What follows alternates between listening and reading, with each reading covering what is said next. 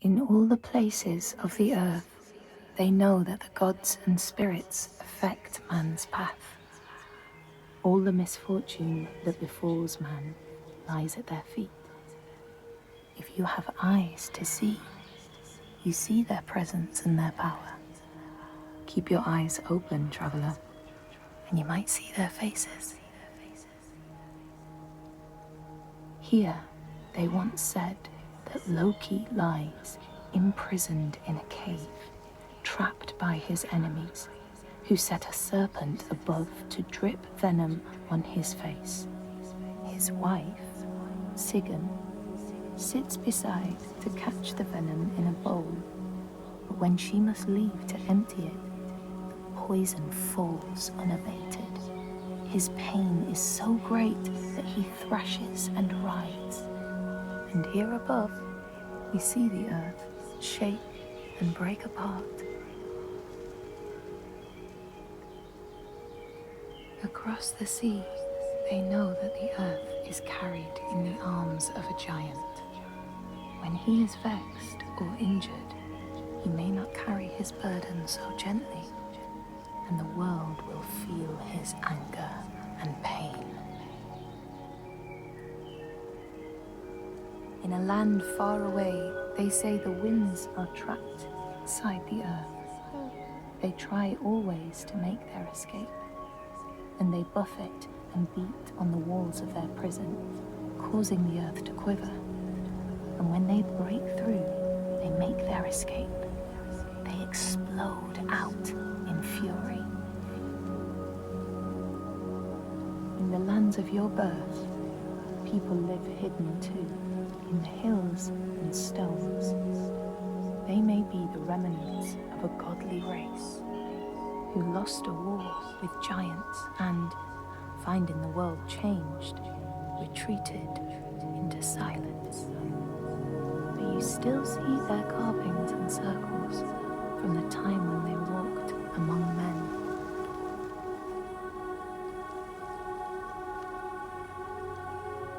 Here, they know that if times are harsh, you may ask of the hidden folk to share their bounty. And if you are strong and wise and good, they may hear your plea and send you aid. But if you are not, or if you do not respect the strictures they lay down, you might have your strife doubled.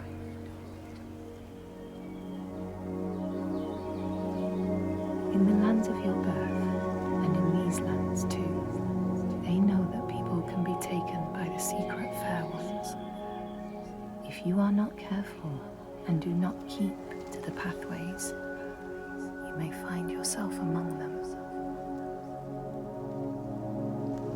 In a land to the east, they know that when a traveler finds themselves lost, it is the fault of the Vadadash, who wait at the crossroads to trick souls passing by. The only remedy is to let your horse lead you home, because beasts have no souls. But if you have no horse, your soul is lost forever.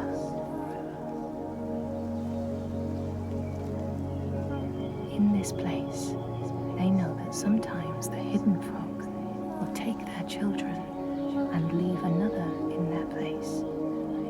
These children may look the same as their own, but will be dazed and far away, or ill-tempered. And you know then you have a changeling in your house. In this land, when people cannot raise their children, they will leave them in a sacred place for the hidden folk to take and care for. Sometimes these children come back, but it is said that they are changed, with a wildness in their eyes, and their parents do not want them. These people know that children who have died uncared for can return as small ghosts clad in fluttering rags. When there are storms, they may cry as they did when they were human, and will look for their mothers until they find them, and never leave them again. In this land, you may catch sight of the Landisir, the spirits who embody the sacred places, the rivers and rocks. Do you see the Lady of the Mountain, the Fiat Kunan, who bathes in the waterfall and lets the drops fall on her shoulder? In the heart of the Northlands, they know the storms are born of the Oshkuredi, the hunt of Odin. The huntsmen ride horses with eyes of fire. Their weapons clash like thunder, and it is best to hide inside, lest your spirit be called to join them. In your lands, traveler, they know that the Kailif, the hag of winter, is the one who hurls sleet and snow upon the land. She lives in a sea rock and rules the waves of the roiling winter ocean with her blackthorn staff.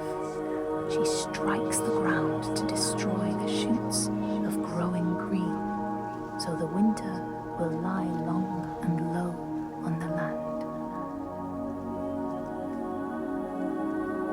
These people know that the sea god, Ran, sets out nets to trap sailors and drag them to her world. She sends the waves, her daughters, to wreck boats so she will have more men to take.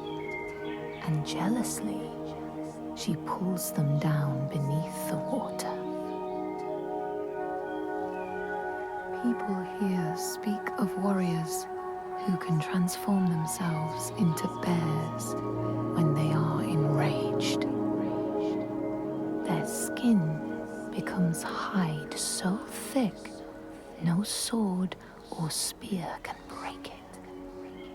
When King Hrolfr fought Skald, many people saw a great bear fighting beside him, who killed more men with its paw than any 5 soldiers. Men here will tell of how Jarl Hakon worshipped the giant Thorgerða and sought her aid in the middle of battle when the tide was turning against him. Fleeing to an island, he pleaded with her for aid. She demanded a sacrifice.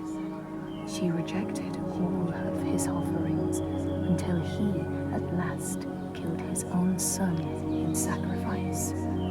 Thorgerða gave aid, and Hakon's enemies saw the giants striding amongst the ships, arrows flying from every finger and never missing their mark.